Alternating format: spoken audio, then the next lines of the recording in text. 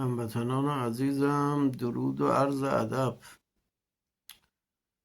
هموطنان عزیز، یه نکته‌ای به نظرم رسید، یک حقیقت محض به شما بگم.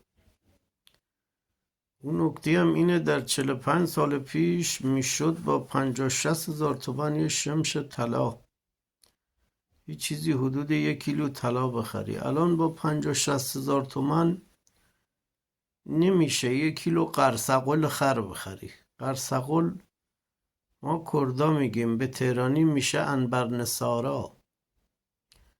نمیشه 1 کیلو پین خر بخری.